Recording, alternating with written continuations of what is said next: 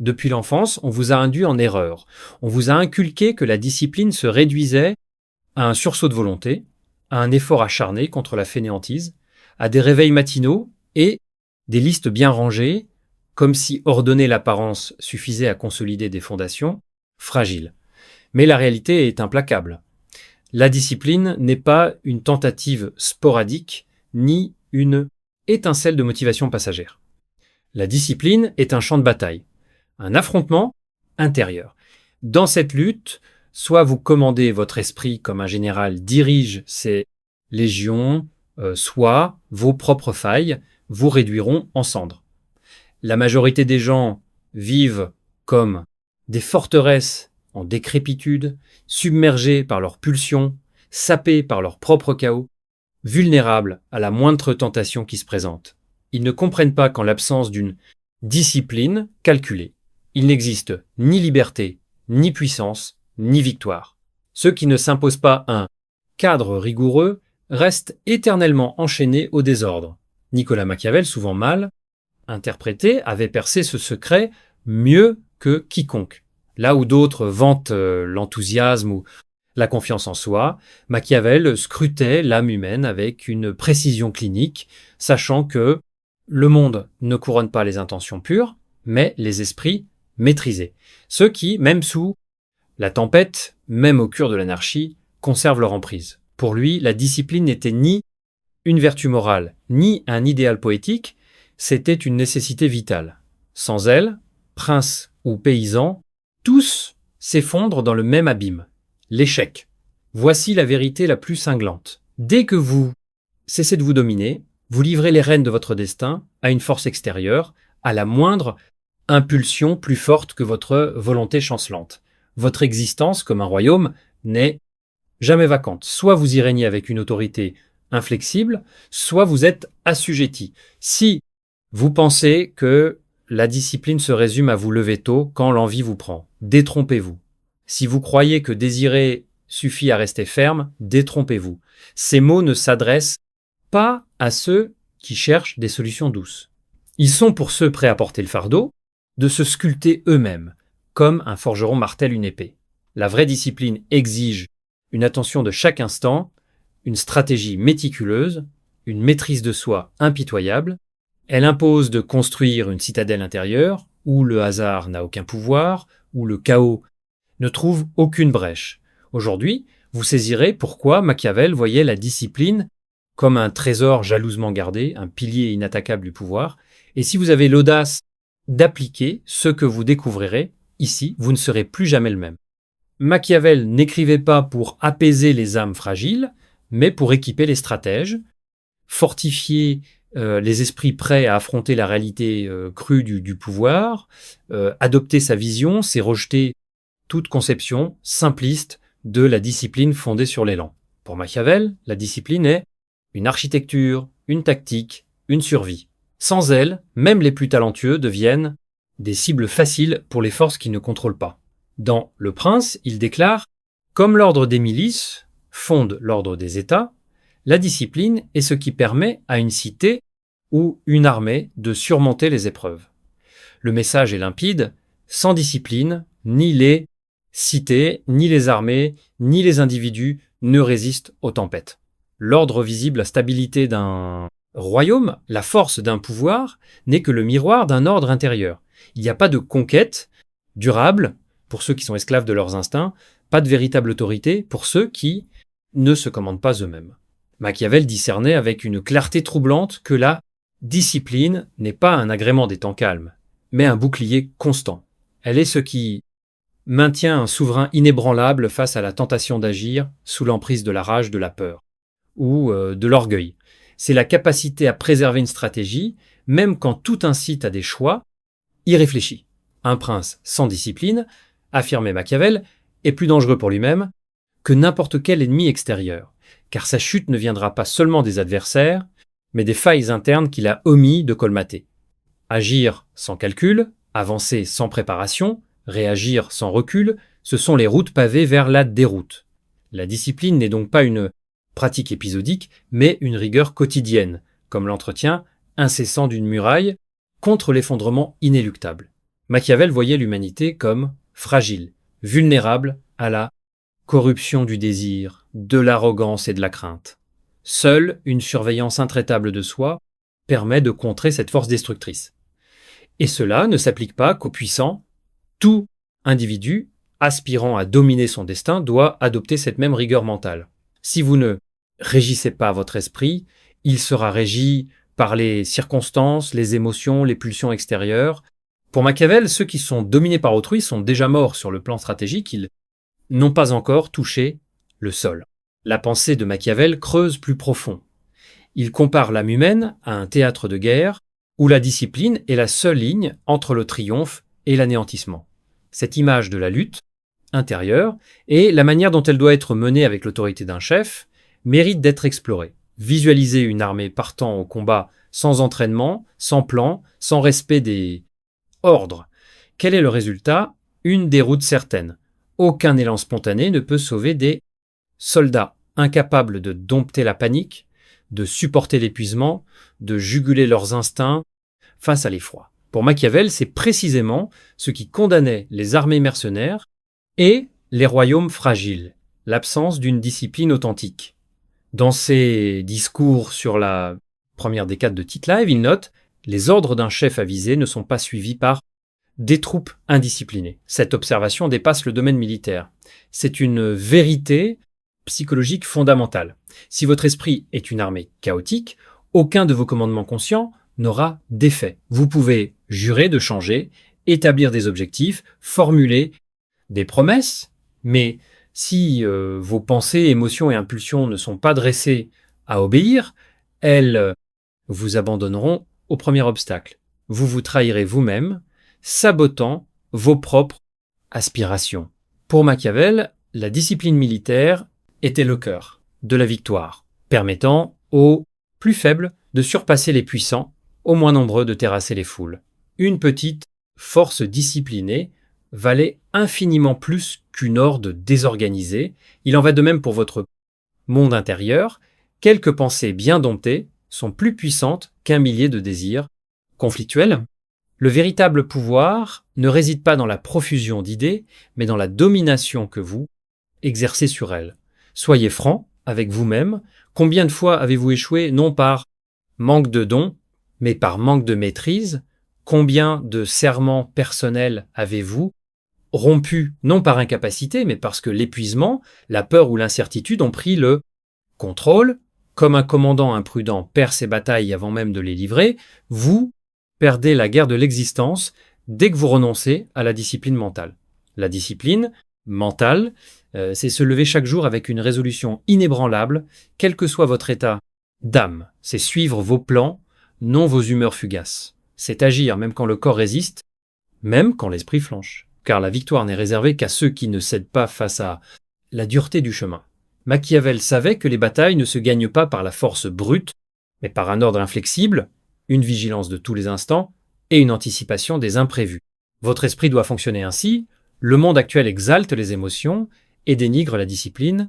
Et c'est exactement pourquoi tant de gens vivent défaits, cherchant toujours des responsables ailleurs. Mais vous savez désormais, pour régner sur votre vie, vous devez devenir le maître de votre armée intérieure, forger votre esprit comme Machiavel forgeait ses armées, sans indulgence, sans prétexte, sans compromis.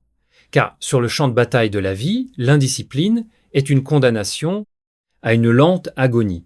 Si la discipline construit la virtus, cette puissance intérieure capable de façonner son destin, il faut saisir comment Machiavel opposait la virtus à la fortuna, l'habileté à la chance, l'ordre au chaos, c'est ce que nous allons examiner. Ensuite, comment dompter le hasard par l'édification implacable de votre virtus.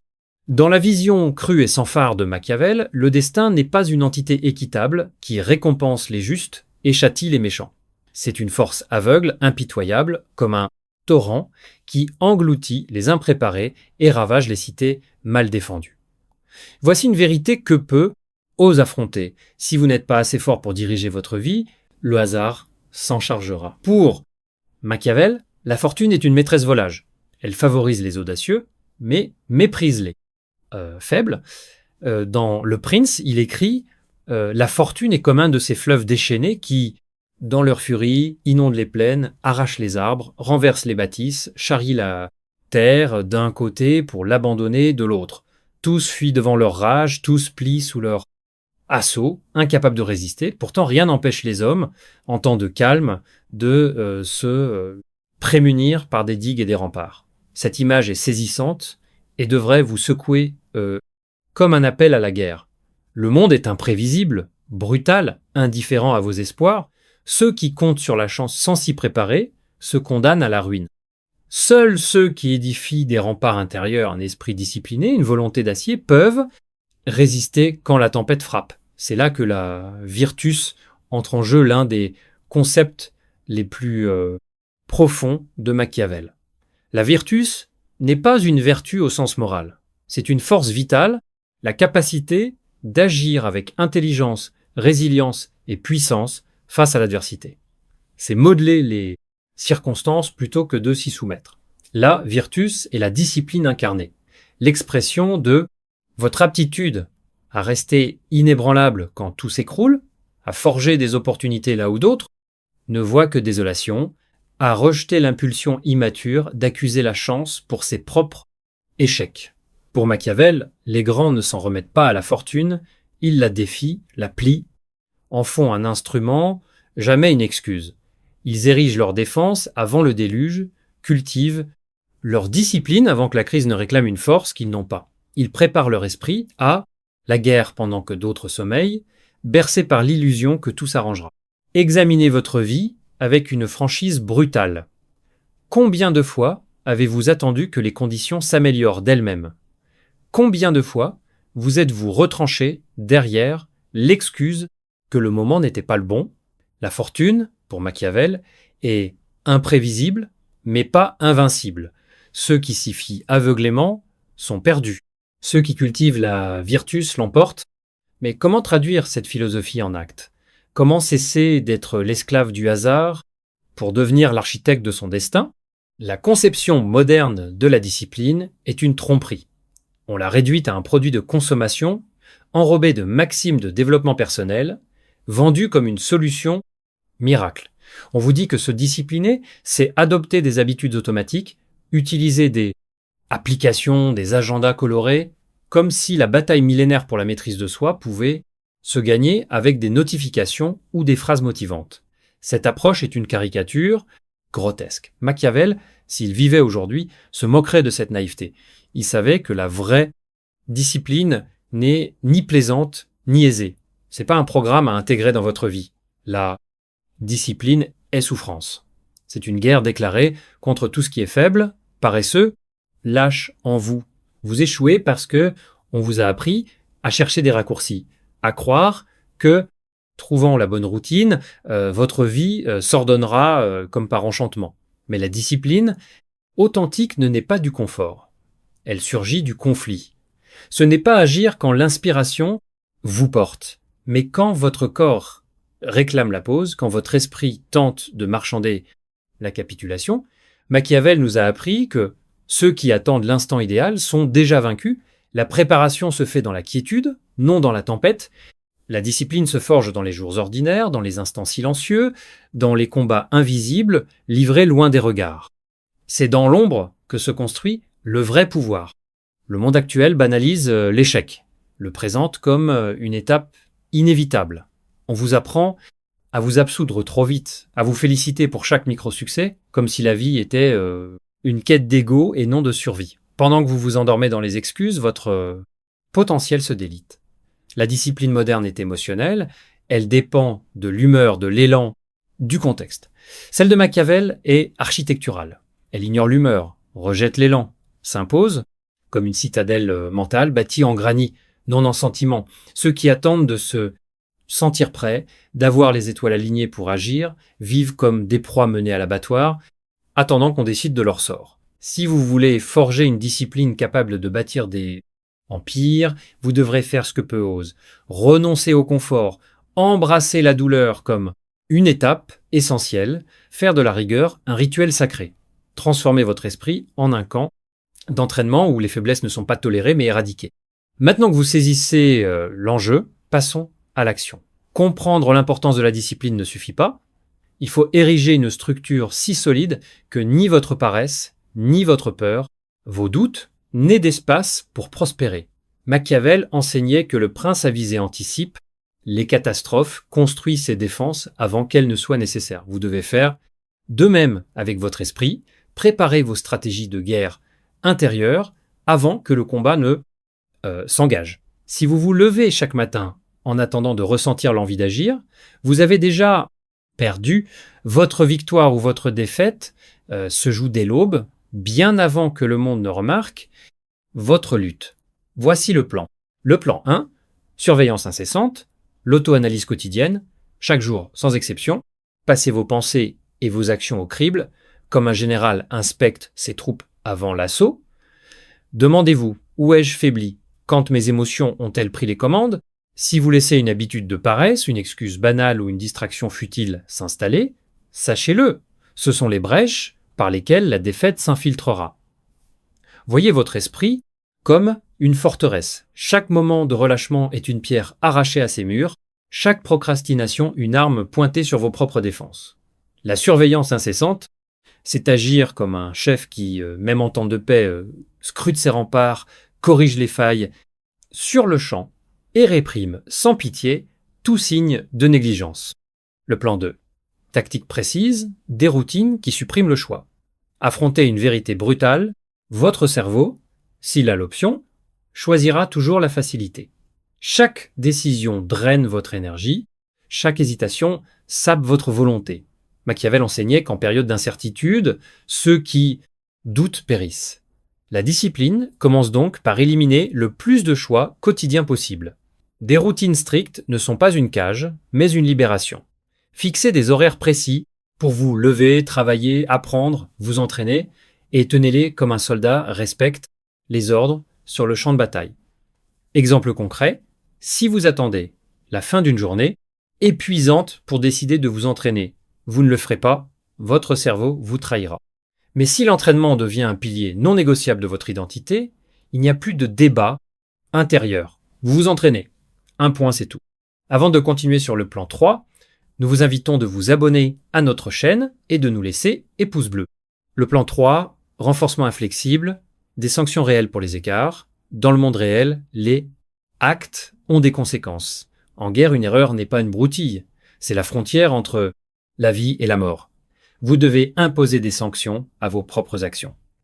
Si vous manquez à vos routines, il doit y avoir un coup immédiat, tangible, douloureux, pour que votre esprit comprenne que l'échec n'est pas une option. Exemple pratique. Prenez un engagement public.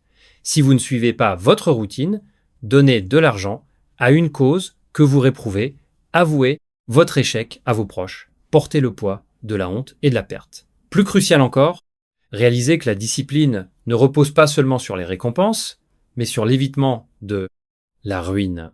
Pensez à un soldat en formation. Il ne court pas 5 km sous la pluie par enthousiasme, mais parce qu'il y a une hiérarchie, parce qu'il sait que l'échec entraîne punition, déshonneur, exclusion. Votre esprit doit opérer de la même manière. Il obéit parce que c'est juste, non parce que c'est agréable. Voici la vérité que peu embrasse.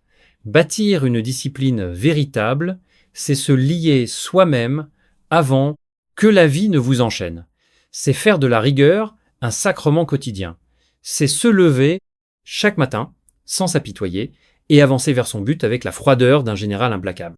Une question plus profonde émerge. Pourquoi, malgré cette vérité, tant de gens persistent à saboter leur propre existence?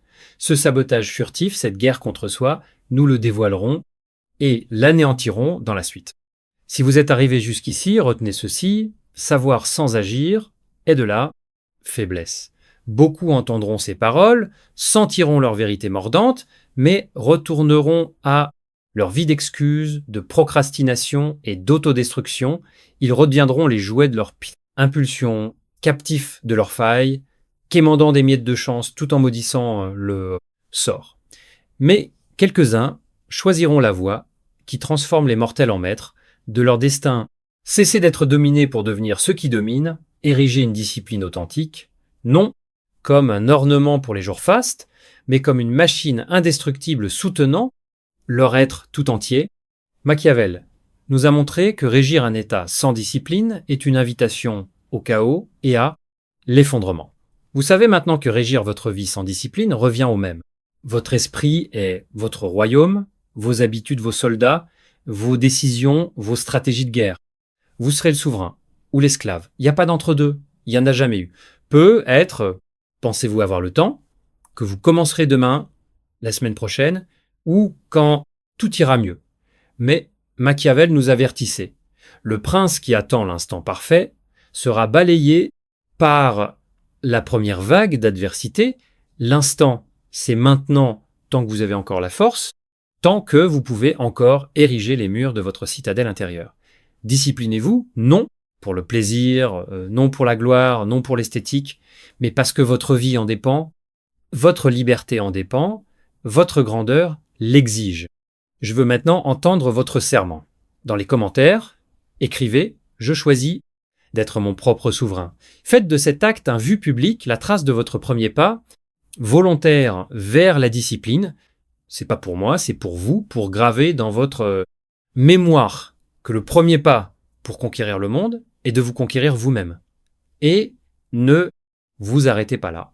Poursuivez votre métamorphose. La prochaine étape est essentielle pour fortifier votre esprit, pour que chaque choix que vous ferez désormais soit une avancée résolue vers la domination totale de vous-même. Observez, méditez, transformez-vous. Vous ne faites que commencer à vous forger